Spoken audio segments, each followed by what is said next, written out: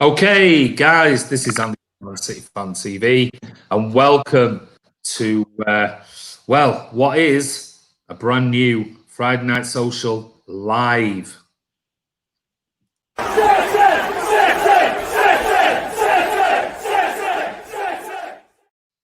So, as you know, we've got some guests on tonight. We've got Chris, we've got Carl, and we've got Tom, and we'll have Alan in Melbourne joining us very shortly. So, Chris, how are you, mate? I'm all right, thank you, mate. I had a really busy week in the garden, digging it out, so I'm getting a bit of as well as enjoying the sunshine. Yeah, good week, mate. Brilliant. We've got Carl in Washington. Weather still good out there? Yeah, it's good. It's been 90 plus degrees. Today was raining, but yeah, it's been good. Brilliant. Tom, how are you, buddy? Oh, Yeah. that hair is what's happening to that hair? Because all of a sudden he's lost the Phil Foden look. What's going on, mate? Are you going on to it? Yeah, I sort of went from I had it down like that, and then as I started working again, I got sick and tired of it, so I just put it up earlier on in the week, and I thought, you know what, I quite like it like this, so I changed it. So I've gone for a different style this time, and I quite like it, so I think it might be my new style. So yeah, it's been good. What do we reckon, Chris? Carl, does it Foden or keep it as it is? Keep it as it is. He looks proper. You look more like a grown up now, mate. So yeah, definitely it is. That's way up. We've got Alan in Melbourne. He's joined us at last. How are you, mate? I'm all right, thank you very much. Sorry for being late. Oh, don't worry about it. Early Saturday morning. Yeah, Saturday morning. Yeah. Okay. Well, listen. We were just talking about Tom's hairstyle. There, he's gone for the up look and not down.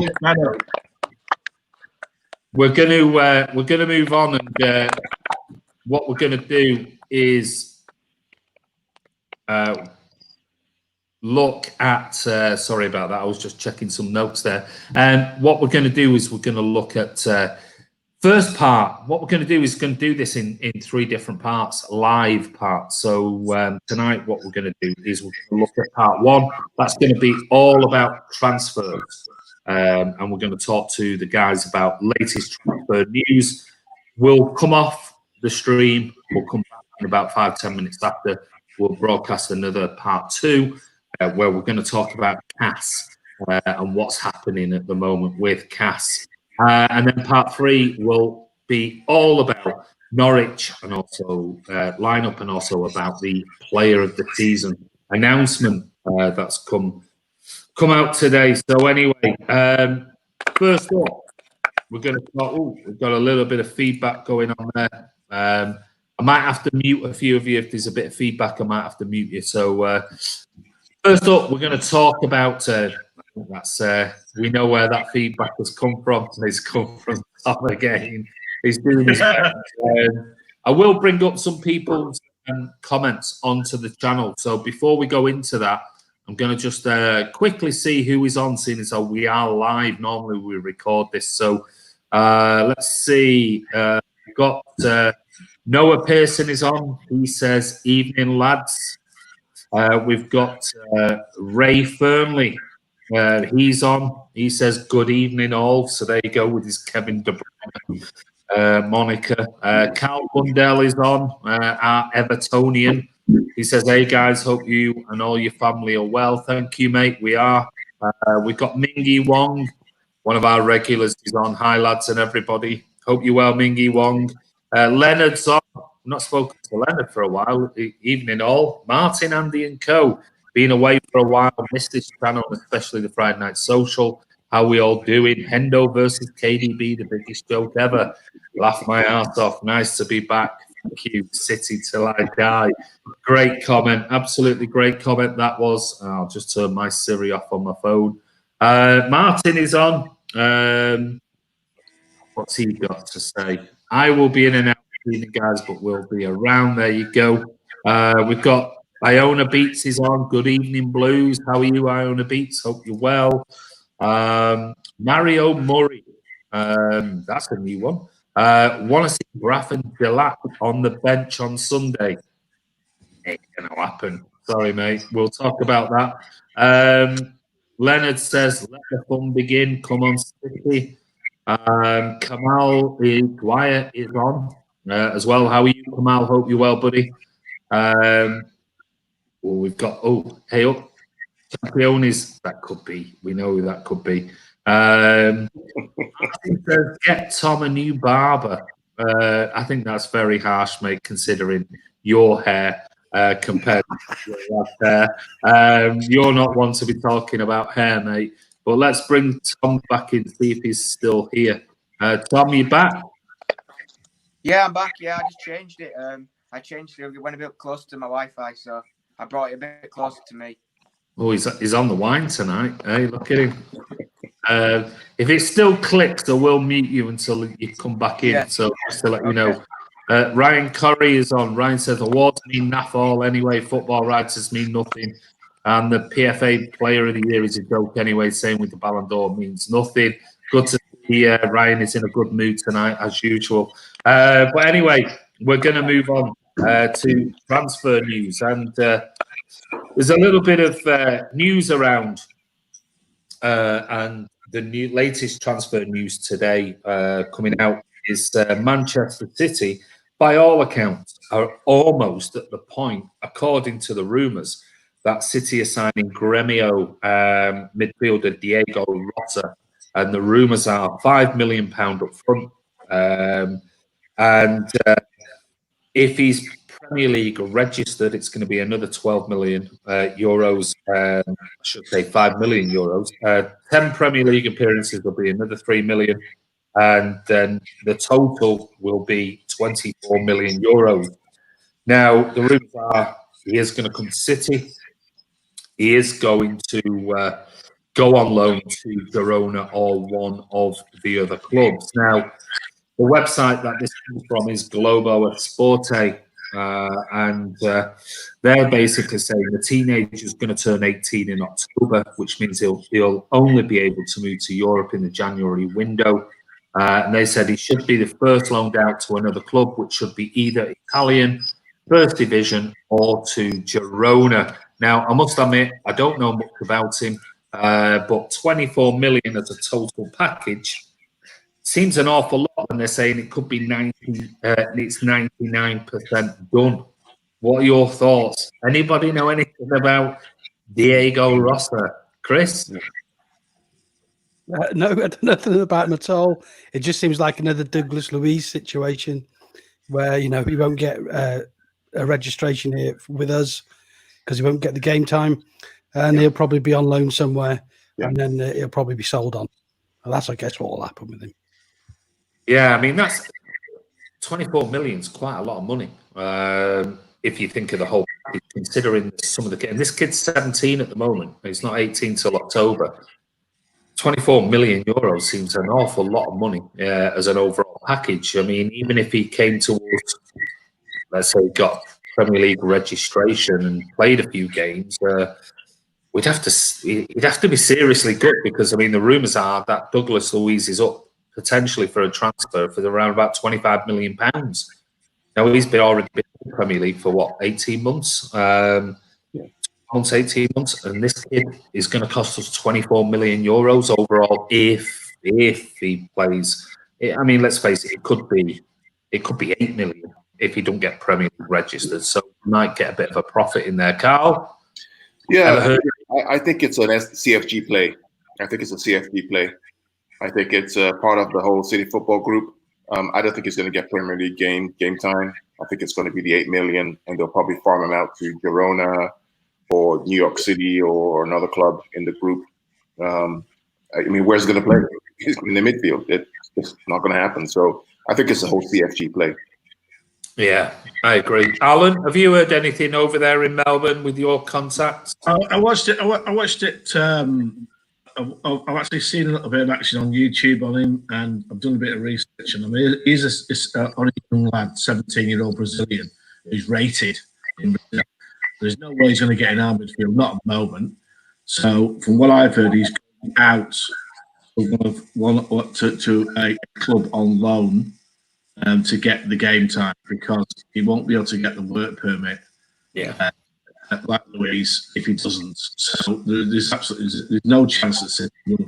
They're buying him for a future like Douglas Luiz. Now, Luiz has got the work permit. I heard rumours this week that Douglas Luiz, City were seriously considering bringing him back. And another number of other clubs are looking at him at Villa because he's now got the work permit. I think it'll be one of those scenarios, to be honest with you. Yeah, I agree with that. I bring in Tom. Click in, Tom. Honestly, Go on, mate. I need to sort that out for next part. You do need to sort it out, mate. Go on. Yeah. Heard of this kid? Know anything about him? No, not really. I haven't really heard of him, but what Alan said there, I don't think he'd fit into our team. I can just follow what the guys have said. I think he'd probably come in and then we'd get him out somewhere where he can start first team football. And if he's a success, we might bring him back in, and do an Angelino, really, and maybe bring him back in for less money and then sell him off for double the profit. But we'll just have to see how it goes. Yeah, I agree. Well, if you look at it, I mean, it could be anything from 5 million to 8 million euros. Gets a work permit. Could be 24 million euros. Some right back there. Somebody's not got this on another nice watching it on another phone or something. Like I can hear myself talking. Moving on to the next one, which is Koulibaly. Now, by all accounts, City have put a bid in between 60 and 65 million euros. That's been rejected by Napoli. Napoli is saying 70 million, which is not far off. The other rumours that have come out are saying that Koulibaly is quite happy to sign a new contract with Napoli. Have City and the rest of the clubs who have been in for Koulibaly, have they been playing here? Does Koulibaly really just want the salary negotiations with Napoli to continue so that he gets a big payday off Napoli? Napoli need the money, but I don't know what to believe. Is the 65 million euro bid true? Is the 70 million price that the rumours are true?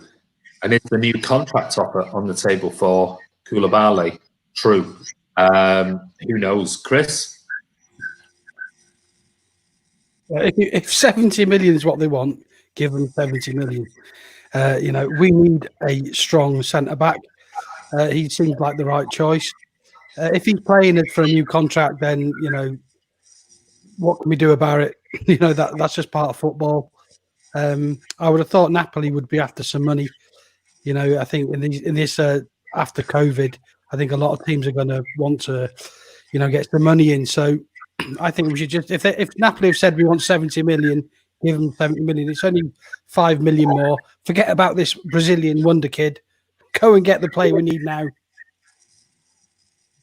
Yeah.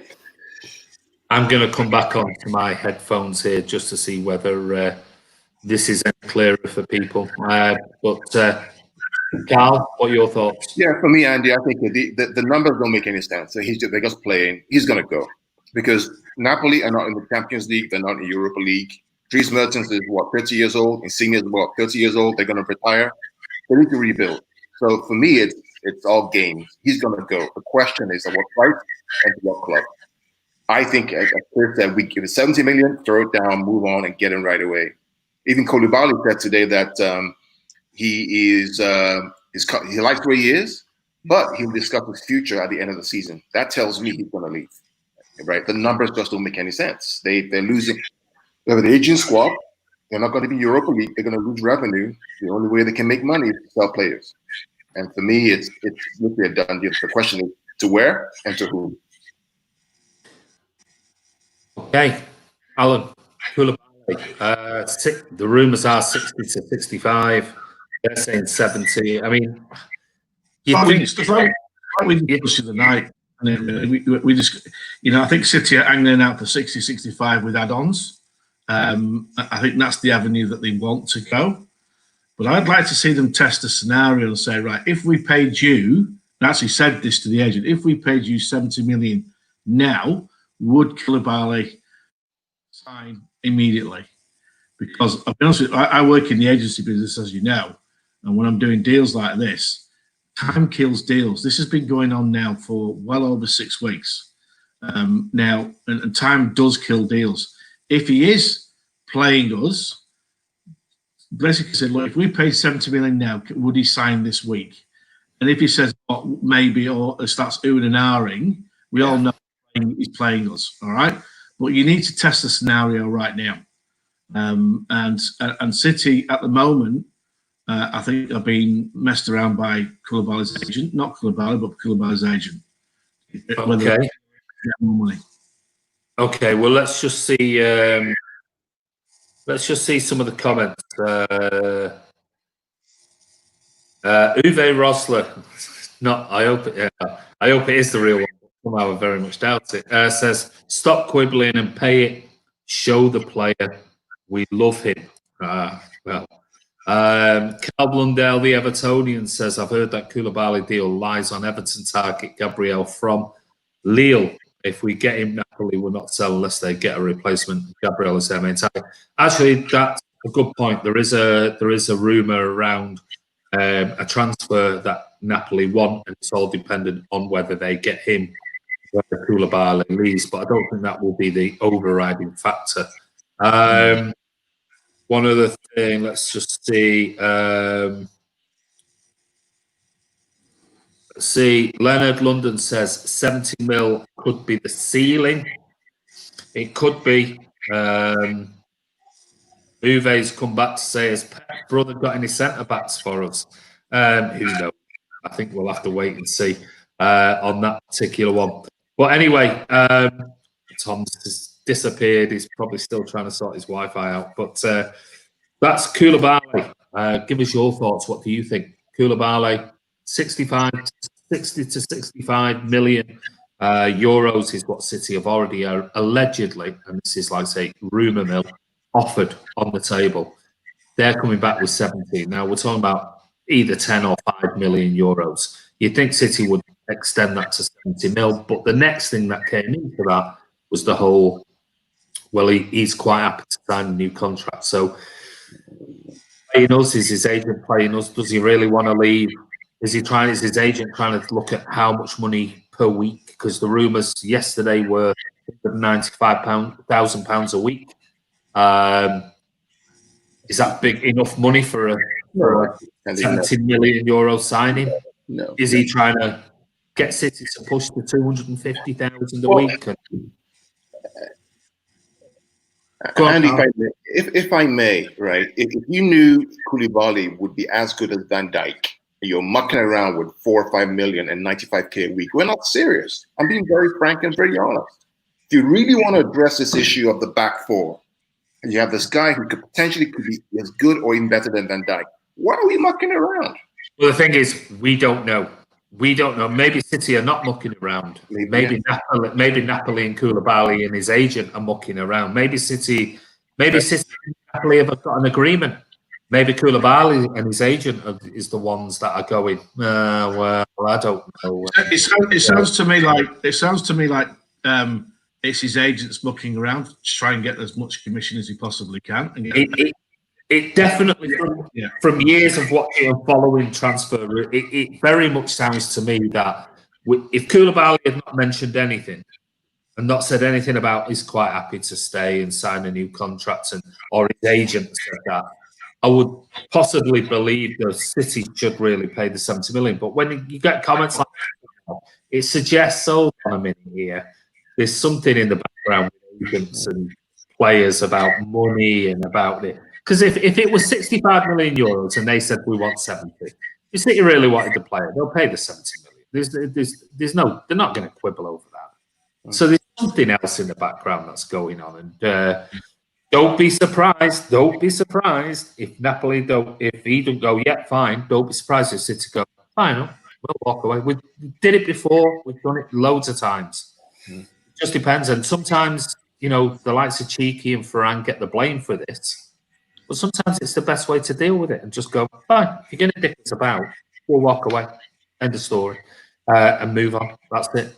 I will say one thing, Andy. I hope City now have got the fingers in other pies as far as centre halves. I think the one way to test the whole scenario as well is to start making noises about other centre halves and start putting offers in. If you did that, their agent would panic and would test him. This is all manufactured by the agent. Always. As far as actually speaking to Koulibaly, I doubt City have actually had a conversation with him. The only people they're having a conversation with is the agent. So they need to start making offers and making noises with other centre halves like Diaz in Portugal, Benfica. People start you'll see his agent come back then. That will test it. This happens year in, year out with transfer window out. It happens all the time. You see this constantly happening. No doubt about it. Don't be surprised if in the next day or two you see City being linked from a rumour to a Ruben Diaz or another player. Or this will happen, but it all depends on how much City want Koulibaly. We've got a couple of comments coming in. Jamie Short says they'll keep raising the price. Yeah, possibly. Yeah. Let's see. There's some more here. Ray Fernley says break the bank for him. I'm not sure City will do that. Galaxy apart, Ruben Diaz would be cheaper than 70 million euros. I'm not sure he would be. I think he might be. I think he might be a little bit more.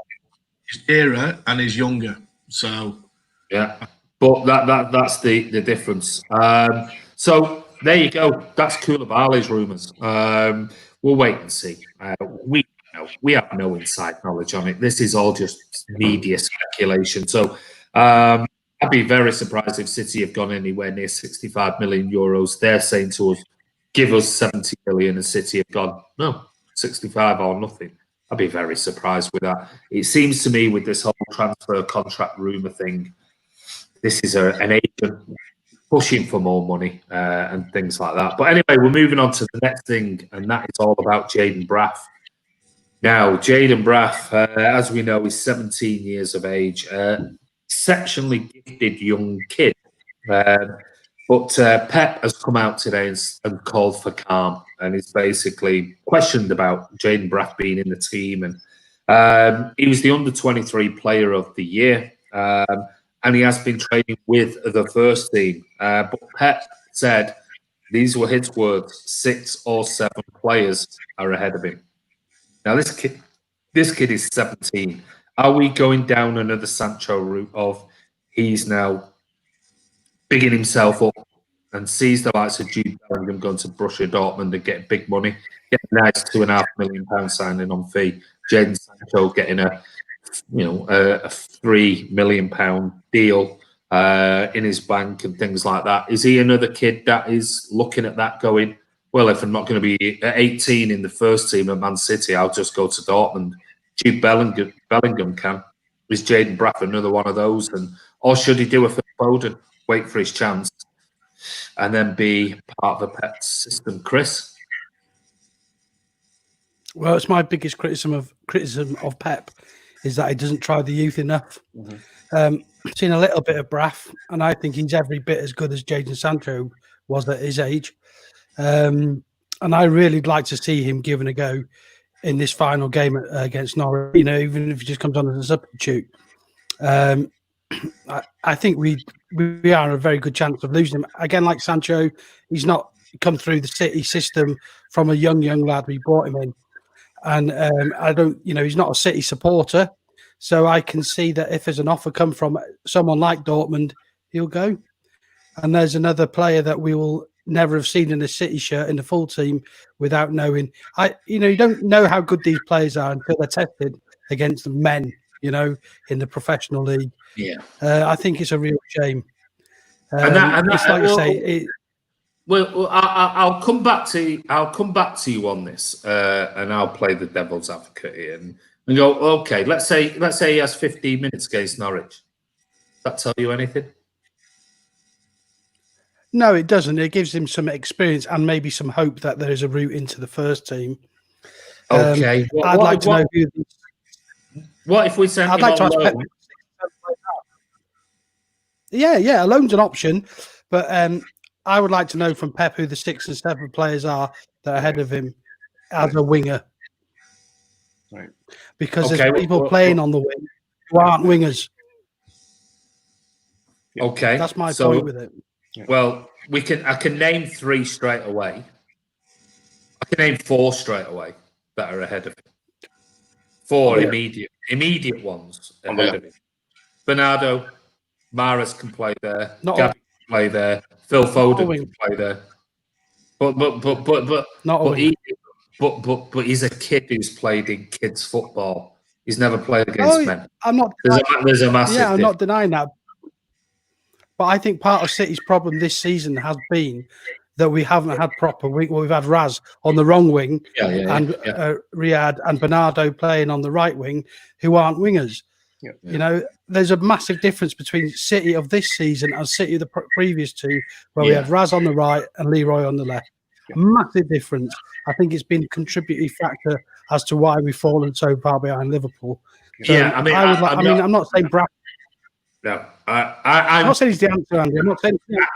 I'm with you on your sentiments. I was just trying to play devil's advocate on the 6 or 7 players that Pep said are ahead of him. So I never even mentioned Sterling there either. There's 5. Sterling is the one who is ahead.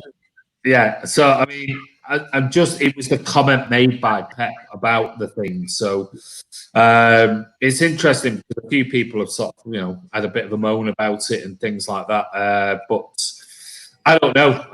Carl, Jaden Braaf. We're not saying that Jaden Braaf is going to leave, and that's it. He's going and things like that. I'm just thinking this is a 17-year-old kid.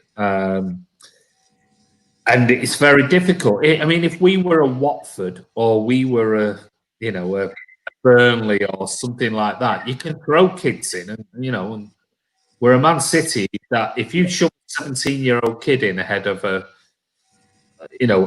seasoned pro, an international player, and things like that, I mean, they're going to get pissed off. And City have spent a lot of money on those players and pay them a lot of money. That's not to say it's the wrong decision. What are your thoughts? Yeah, I mean, it's a fair argument that, wait your turn. But at the same time, he's a left winger, right? And we're playing Sterling, who's a right winger on the right side. And we all know Sterling doesn't not as good on the right. A left of he's on the right. Play the kid. Play him. Try him. Give him 20 minutes. Give him 15 minutes. Again. My argument back would be play Mahrez on the left. Mahrez is shit on, Mahrez is crap on the left and crap on the right. I'm very fair. He's one dimensional. We haven't seen Mahrez as a left winger. Trust me, he's worse. I've seen him at the Leicester. He's worse. And the reality is he's one-dimensional. I'm sorry. I'm just fact. He's a one-dimensional player. Run down the right, check in to your left-hand side. And everybody knows it. Even Arteta said it during the game. He's going to cut to his left, period. You need a proper winger who's multi-dimensional, who's unpredictable, a kid who's hungry to play. We're not going to use the academy kids. So what's the point of the academy? Right, you can sell them off. But then I'm not saying play Mahrez on that. I'm being devil's advocate over the 6 or 7 players ahead of him. One-dimensional. He's one-dimensional. This is not about Mahrez. I'm just saying there are players who can play on the left-hand side. I'm talking about this. I'm specifically talking about 6 or 7 players who Pep is saying are ahead of him. 6 or 7 players. Who is an outright winger, left-footed winger who's fast? None of them are. None. But to be fair, you've seen Braff against kids. You haven't seen him against men. It's one thing playing against kids. It's a completely different thing. When he won the World Cup against men, right? Didn't he? Didn't Mbappe start at 16, 17 years old? Didn't Mbappe? Right? Sorry, I missed that. Didn't Mbappe start at 16, 17 years old? He did, right? With Monaco. Yeah, well, in the French league. Yeah, but still, look at him today, right? He came to the Etihad at 18 and almost demolished us. So why can't we give a kid in our academy who's as fast, probably as talented, a chance? I'm just playing devil's advocate. I'm just throwing the arguments from Pep's side as to why he said 6 or 7. Pep is loyal to his players. He likes certain players. He's loyal to them, and it's his weakness, right? That's why you play Mahrez on the right when Mahrez should never be on the right, and we know he should never be on the right because he can't drop Kevin De Bruyne. That's where Mahrez plays. So until he really pulls the onion back and actually plays players where they're supposed to play, we're going to actually have this issue. Give Braaf a chance. Put him on the left. See what he can do. Okay, I'm going to go to Alan, but Tom's come back. We're going to see what Tom sounds like. Right, is that okay? Oh, that's miles better, mate. Oh, look at that. And that hair. I think it is. You can see it even clearer now. Hey, brilliant. Alan, what are your thoughts on Jaden Braaf? I mean, there's no talk. Please don't get me wrong. There's no talk of Braaf leaving and things like that. It's just what's come out of Pep's press conference. And he was asked about Braaf and the possibility of playing on the left and blah, blah, blah, blah, blah. But what are your thoughts on Braaf? The thing is with kids these days, they've got a different attitude to our generation. They want everything, and they believe that they should get everything right now, no matter what their age is. The problems arising at the moment, and I've touched on this the other week, is because you've got no reserve league in the league, which is against men, where players are getting injured or they're on the fringe of the first team. The kids can come against men. This is the biggest problem. When I've been at City and spoke to people at City about that, they are all in favour of a reserve league in the Premier League. Yeah. And the worst thing that the Premier League did was make an under-23s league, because it's to a point of a kid. It's like, Andy, you play cricket like I play cricket. You get to a point as a kid where you need to try yourself against the seniors, against men. It's a different game. Yeah. And you find out the men from the boys who can actually handle it and who can't. It's a massive difference. It's huge. It's a huge difference. And one thing I will say, I congratulate and I hate congratulating them is United. They put these kids in and give them a chance. Now, you know, they've stumbled onto Rashford, which they did, and they've stumbled onto an absolute gold mine with young Greenwood, in my opinion. I think absolute sensation. But he's not 17; he's 19 years of age. So they've waited a couple of years. The only solution I can think of, and it is a solution for them, is get them out on loan somewhere, whether it's Girona or someone in Spain playing out there for a couple of years. Not a 1 year late, a 1 year loan, a 2 year loan, 17 to 19, or a team that play in a similar way. You know, ideal teams like Leeds United would have been ideal in the Championship because they play in a similar way. Bournemouth. So you isolate teams that play in a very similar way to what likes teams to play, and where he's going to be educated, and get them out on loan. If it's a point where Braaf is now 17, he's dominating in the under-23s competition, maybe it's time now City started waking up and stop keeping players at the club because they're going to leave if they don't, and get them out on loan, but with a view to bring them back and watch them and see how they do. And in 2 years, you only have to look at Jack Harrison. I mean, exactly. He was when we brought him in. I did a video on him, and he was highly rated as an exceptional player. He was somebody that we were, could he come here be a sort of Sane replacement or Sane backup? No, straight along to Leeds, and has been absolutely phenomenal for Leeds. And we'll see him in the Premier League. He's going to have another year at Leeds next season. We'll see what he's like. But it gives him a year in the Championship, which is a really tough league against, it's very physical. And every game is a tough game. And he seems to have flourished and taken his opportunity in there. So it'll be interesting to see what he does in the Premier League next year. Yeah, you know as well as I do. As long as he's getting first-team games somewhere, he's going to be satisfied, right? And we've got to do what's best for him. You've got Sancho wanted to play first-team football. At the time when he left, when he chose to move, we had 4 wingers that he would never get in front of. Yeah. So in one way, he did the right thing. All right, Yeah. he's impatient. It depends on the character of the lad as well. Braff can be calm, a bit like Foden, who wants to take his time. He's working for the best coach in world football. Who wouldn't want to be there and learn and listen to him for a few years? Well, at the same point, you have to give him games. And there's having no reserve league is killing kids, not just at City but everywhere. And they've got to have the reserve league back as quick as possible, in my opinion. I'm going to just bring in some comments before I come to Tom. Kiam's on. Kiam said our kids are better than United. They just need a chance. Let's see who else is on. Iona Beat says the Rags have been forced to play the youth because they have signed so much trash. Agreed. Can't disagree with that one.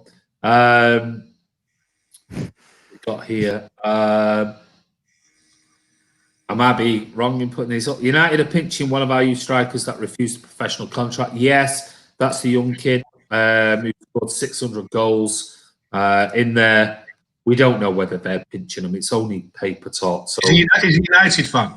Yeah, is it Matt Neal? Yeah, he's a Man United fan. Yeah, and it's like I said all along. You cannot force these kids to make a contract. There's nothing you can do. USA Blue Moon says, "Oh, what's that? Oh, he's on. What's that? What are you on there, Chris?" He's obviously signaling to Martin over in Spain. There's a couple of people asking what I'm drinking. Oh, right. Okay. Sorry. USA Blue Moon says, I would play Sterling on the right and Braff on the left. That's what I think Carl was talking about earlier. Kiam says, anyone, Martin, when we play relegation fodder and cup games, keep the squad fresh. That must be a comment that Martin's made. Carl Blundell says, Chris is drinking fancy water in a fancy bottle. Well, he's showing it, mate. I don't think it is. Chris likes his speciality. You're on your Moretti, are you? Yeah. All right. Yeah. Galaxy Apart says, Ryan Mahrez is in the news for his off-field antics more than his football field. Oh, we won't go there. Martin's saying, Chris, you're a lightweight. Well, I am a lightweight. Hey, listen. I'm telling you now. If you could just see the photographs that we've had through what Martin in Tenerife. Oh my God, it's embarrassing. Martin says I'm on a lovely drink. Yeah, another red one. It'll be a red pink. A red one. Girly cocktail. That's what he's been on all week. Absolutely embarrassing. Anyway, he said he went whale watching today. Yeah. Sorry, Andy. He said he went whale watching today. No, they were watching him. And the people, well, the rest of the people on the boat thought, blimey, this is early. Having left dots.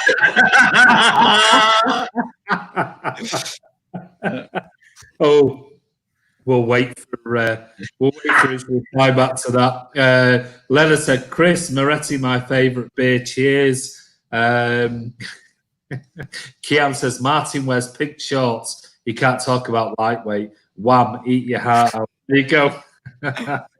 We've seen the photographs. It's embarrassing. Absolutely embarrassing.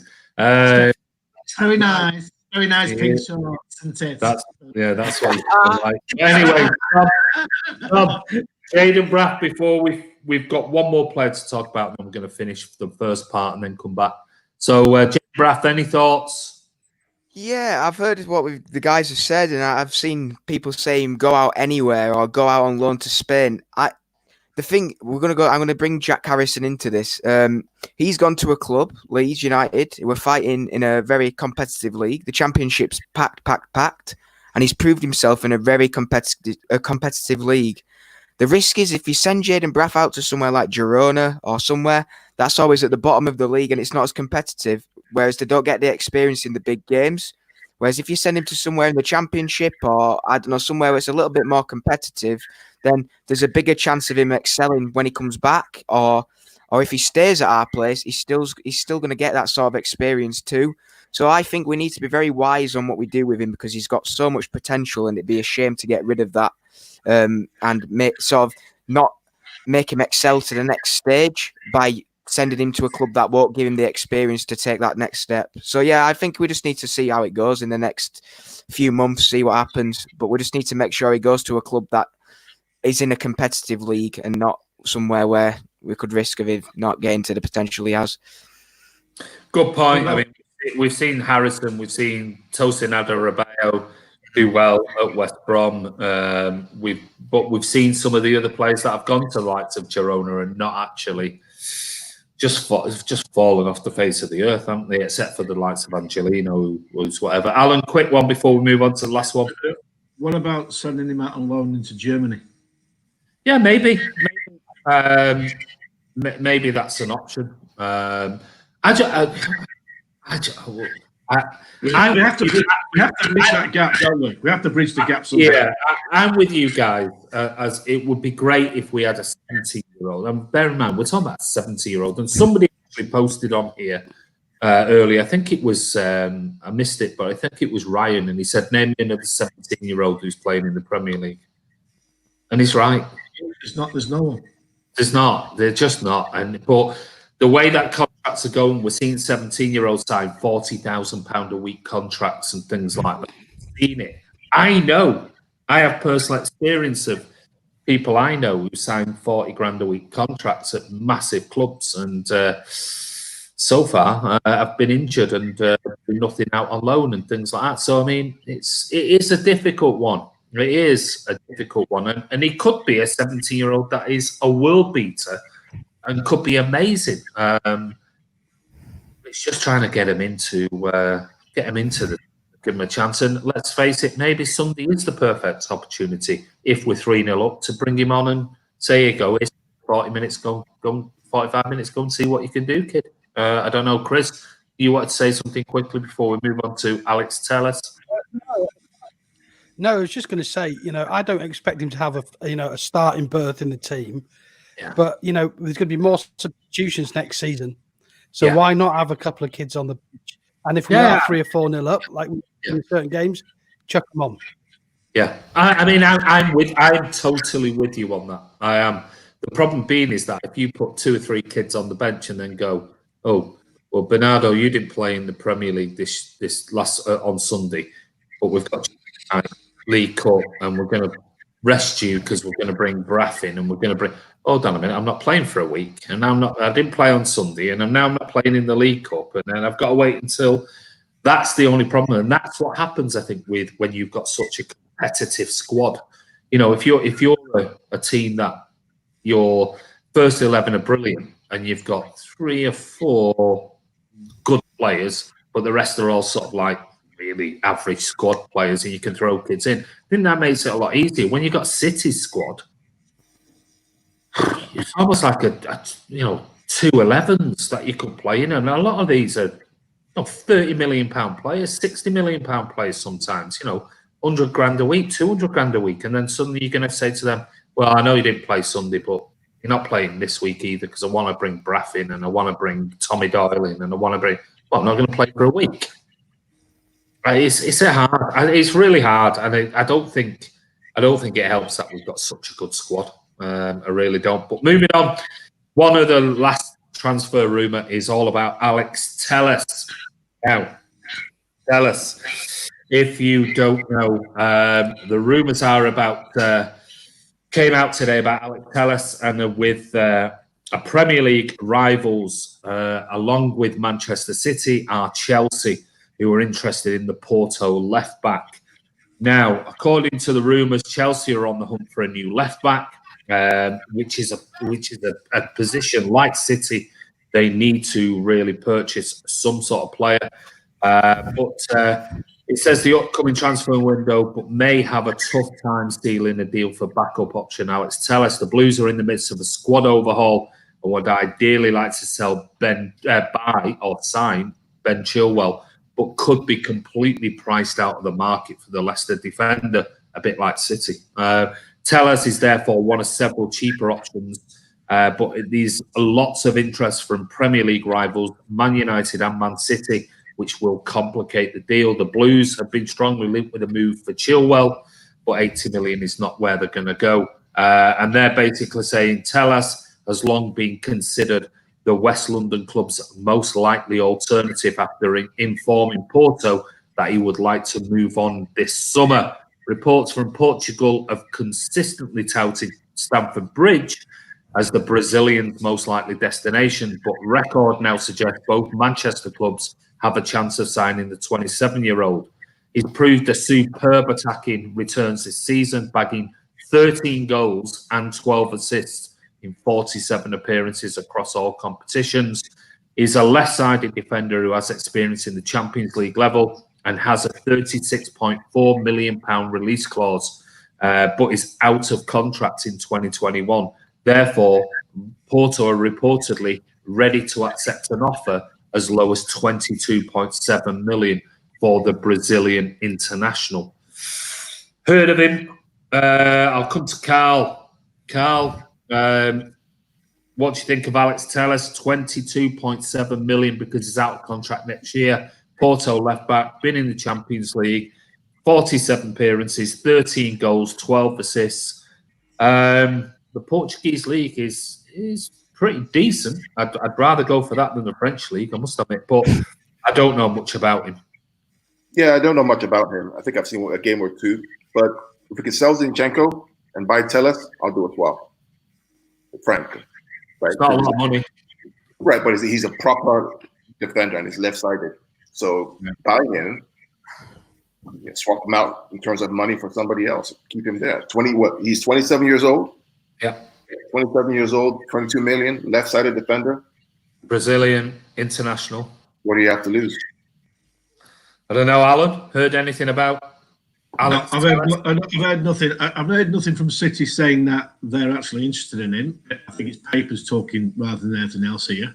I think that Chilwell to me is overpriced. He's a good player, but he's massively overpriced. And I don't think City would even touch him at 80 million. I think they'll forget that. He's not worth it. It's a Harry Maguire type thing. It's just not worth it. Yeah. We do need a left back, absolutely. So there has to be options around Europe. Maybe this lad is worth looking at. To be honest with you, I've seen a couple of games of him on BN Sports over here, and he looks a useful player. But it depends on what City want, on what Bet wants, and what the scouts are saying. We have to trust Pep and who he looks at. What I want to avoid more than anything is doing what United do. I've done in the last 5 years, was just panic buy and buying names and stars for stupid money, just because they're chasing us or Liverpool because they're panicking because they want the league. Now we're playing catch up with Liverpool. Our mistakes last summer in the transfer window. I don't want to start just panicking buying players just for the sake of buying players and spend a load of money and still not being able to close the gap. Because we start at zero again in September the 12th, but we want to make sure that the players we buy are strategically right for Man City and they're playing the way that Pep wants them to play. Yeah. They've got to be able to play that way, because if they can't, there's no point buying them. Yeah, I agree. We've got a comment here from Jamie Short who says, Tagliafico for 30 million. He's better defensively and all right going forward. Well, he's one that City certainly we have been linked with before. Martin is coming up with Alexandro from Juve. He's doing the Man United model, just high sign stars. Yeah. Uwe Rosa says, I remember buying Fernando from Porto. I'll pass, thanks. The octopus. Remember him. What else we got here? Baron Blaze says, Otamendi would be a good player at a big club like Liverpool. Small-time City are ruining him. 1 minute. I'll come back to you in a second.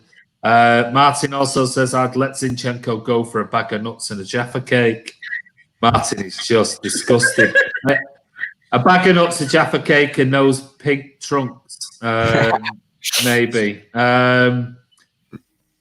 Leonard says, Uwe says, Leonard London is a great attacking and weak defensively. Anybody else on here? Was that? Oh, sorry, that was Kiam. Tagliafico is good, reliable player. I'd take him at City. I like him. I must admit, I do like him. But I think the rumours were talking about 40, 50, 60 million quid for him or something like that. Well, very quickly, Carl, I'm going to go to Tom and Chris. There's a player that we're not considering. He plays for Atalanta in Italy. Robin Gosens, he plays left back. He's absolutely brilliant. Well, there's another one. There's another one that I will bring up now, and he won't like it. But Cal Blundell, the Evertonian, says I'd say Digne, but it ain't happening. I'd take Lucas Digne as long as we can get him for a bag of peanuts and Martin's pink speedos. We'd definitely take him at Man City. Tom, ever heard of Alex Telles? Ever seen him?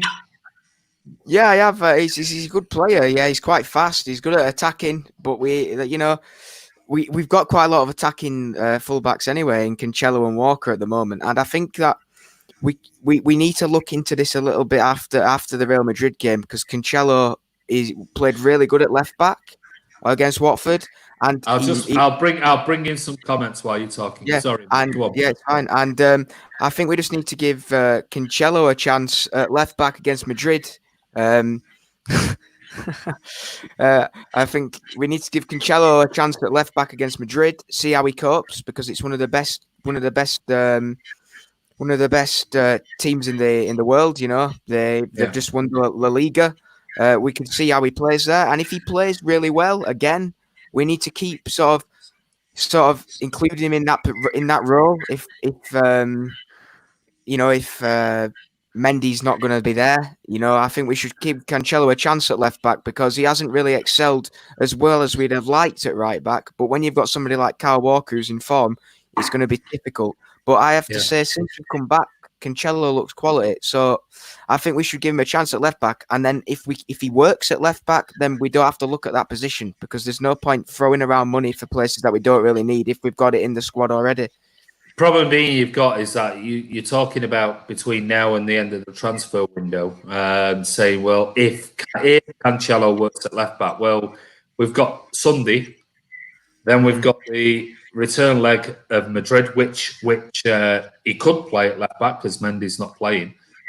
We don't get through that. Let's imagine if we don't get through and Madrid beat us and we don't go through. But then we've seen Cancelo at left back twice. Is that enough for a manager to go, I've seen enough, we don't need anybody else, when really we do need a proper left back? It's so difficult. I mean, now, if we were to beat Madrid, go on to the quarterfinals as semis and win the Champions League and see Cancelo in that left back position and is amazing, that might change the whole dynamic, and Pep might go, we found ourselves a perfect left back and Mendy can be a backup. But unless you see him there week in, week out, you're not going to really know. And that's the decision that Cheeky and Ferran have got. It's like, it's a massive gamble to say on one game against Watford, oh, we might have a perfect replacement here for Mendy. Not necessarily. He might be absolutely garbage against... He might play against Norwich and be garbage. But we don't know. That's the problem we've got. Chris? I'm going to come to Chris. Yeah. So I was reading earlier that Porto are putting him on the market for the Premier League clubs to start bidding against each other, because he's only got 1 year left on his contract, and they don't want to lose him for nothing. So I think we're just being used in this to sort of boost his price. Tagliafico, I think Ryan introduced me to Tagliafico, and I've watched a bit of him, and he's a decent player. Yeah, he is. He's Argentinian, and I like Argentinian fullbacks. So, if he's anything like Zaba, then we'll have him. And Chilwell is way overpriced. If 20 million, 25 million, I'd say, go get him. For 80 million, he's nowhere near that. No, it's never going to happen. I agree. I mean, Tagliafico, every time I've seen him play, I've thought he's pretty decent.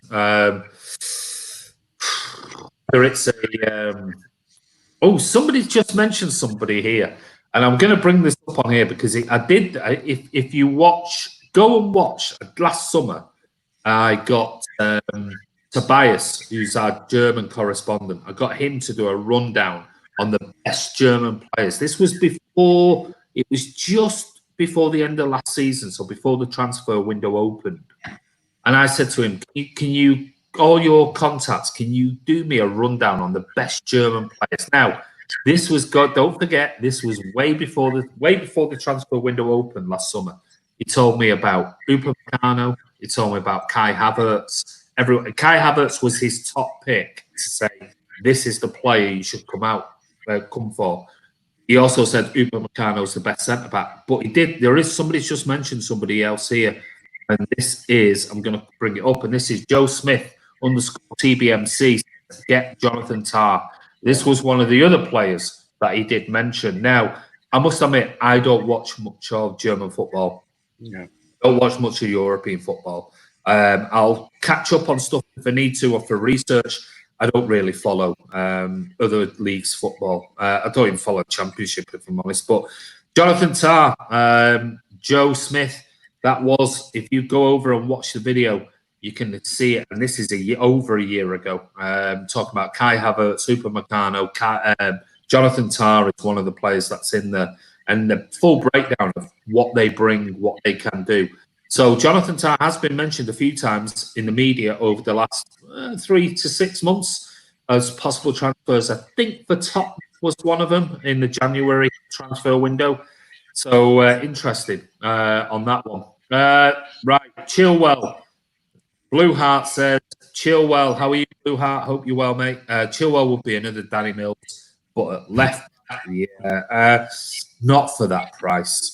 I mean, 80 million quid. Sorry. I mean, I've seen him have some absolutely amazing games, and I've seen him have some shockers. Ryan reckons that Tah and Upamecano are not good enough. Yeah, but he does support a crap team in Germany. Doesn't he, Tom? Yes, at the end of the day, he does. There you go.